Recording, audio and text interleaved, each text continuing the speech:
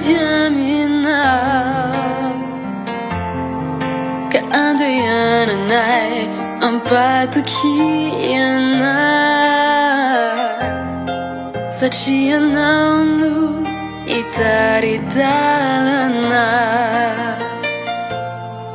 fanahy masino mameno ny fiainana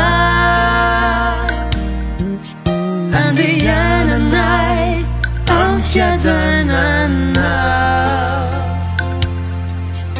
ary zoranay ampifaliana miaraka aminao aty anatinay fanahy masino mifonareo anay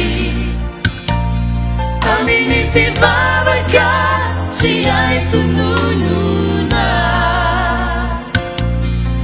ka melany izay mieloka sy reo fadisoana izay vitanay koa raha ianareo na dia ratsy aza mahalala nome zavatsoa ny zanakareo sy mainka avafa ny ray izay any an-danitra no hanomeny fanahy masina ho an'izay mangatakamo angatao ny fanahy masina fa fanomezana ho antsika izy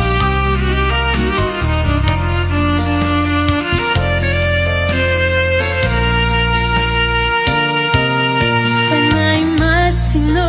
mampianarana ianao afantaranay ny zavadrehetra ka itomboanay fahalalana mba meteza anlotsaina fanahy masino mananarana ianao itandremanay ididinao ka itondranay tena mendrika